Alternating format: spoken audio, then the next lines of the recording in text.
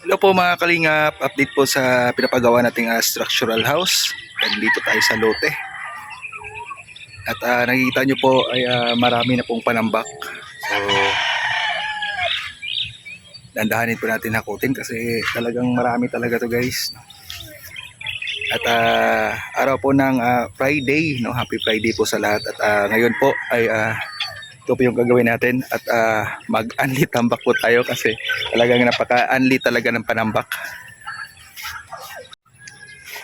Unli talaga, ang dami po. Pero bago tayo magsimula po ay kapikita ko po muna yung update sa ginawa kahapon. So may mga ano na po yan. Ayan na palitadahan po, ano, na kiss pahid po daw ang tawag diyan. Para po hindi mabulok yung marupok yung hollow blocks.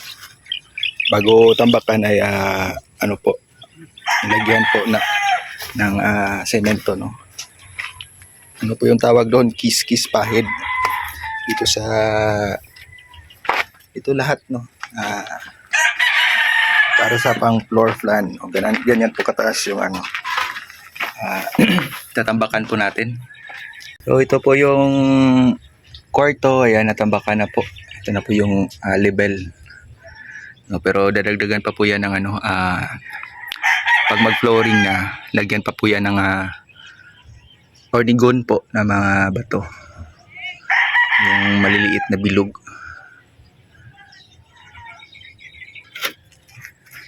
At dito, napasok tayo dito.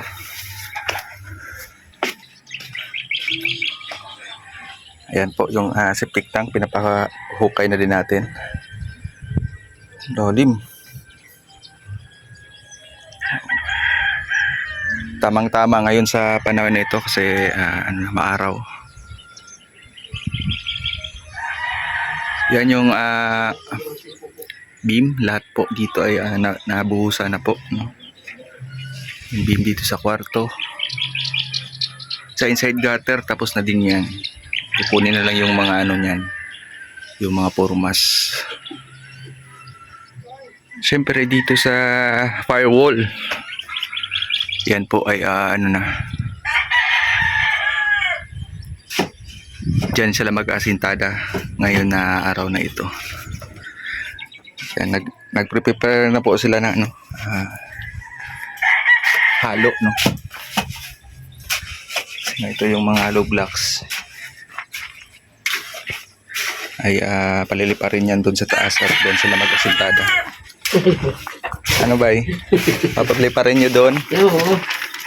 Ay, pahihihit lang yan ba? Ito dito sa sa salas, no. Ito sa loob ng bahay ay po, kompleto na po yung pagbibeam. Ayan, tapos na po din yan nabuhusan. Ang pagbuhos po sa structural house ay tapos na. Ang gagawin na lang ay mag-asintada dyan sa taas, no. Kasi ang kasi dyan, ang forma, no, sa bubong po natin ay skull type. Hindi tawag nila na dos aguas. Yan, habang sila ay nag-prepare ng halo para makapag-asintada na sila, ay ako naman dito. Yan yung tatrabahuin natin.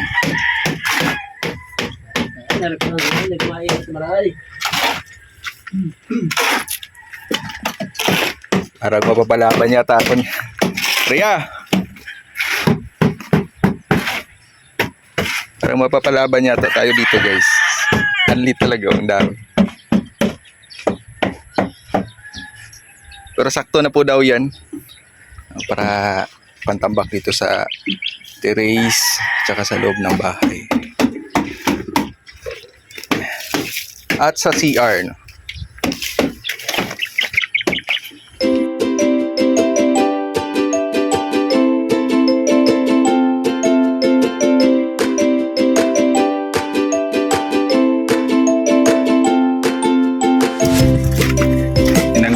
formas. Ang ganda na tignan. No?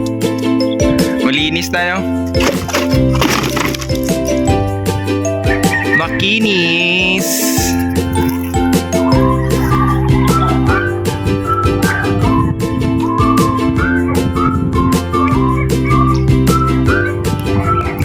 Yan, unti-unti pa natin na tambakan yung balcony.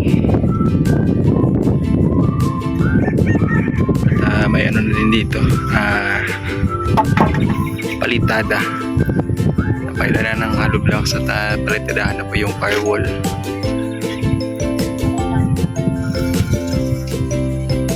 Yung mga beam, no, tinanggal na din yung mga formas. Makinis na po, no?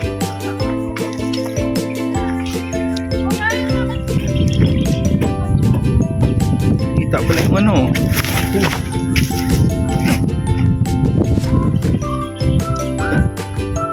yung sa firewall. Tsaka dito magkakaroon din yan ng ganun.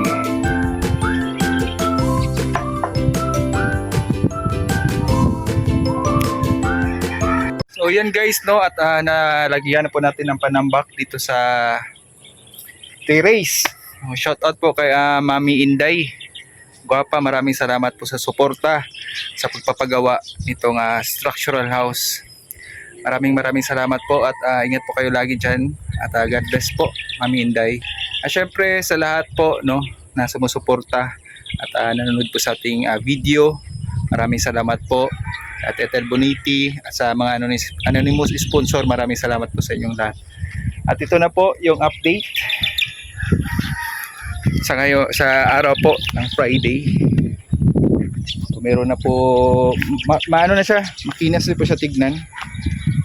Nawala na yung mga formas na tinanggal na po kanina. At may ano na din, asintada dun sa firewall. Ayan kung nakita nyo po. Ayan na po siya, parang letter A, no? Para mag-proceed na po sa pagka-trusses. Meron din ditong asintada na kagaya doon sa likod.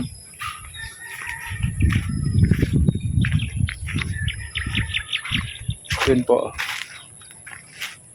Yan. Yun po yung trabaho ng mga karpentero kanina. At syempre, meron na din yung mga trusses. Dami po. Thank you so much sa inyong lahat, mga kalingap. See you po sa next upload videos po natin. Yan, ingat po ito lagi. God bless po, mga kalingap.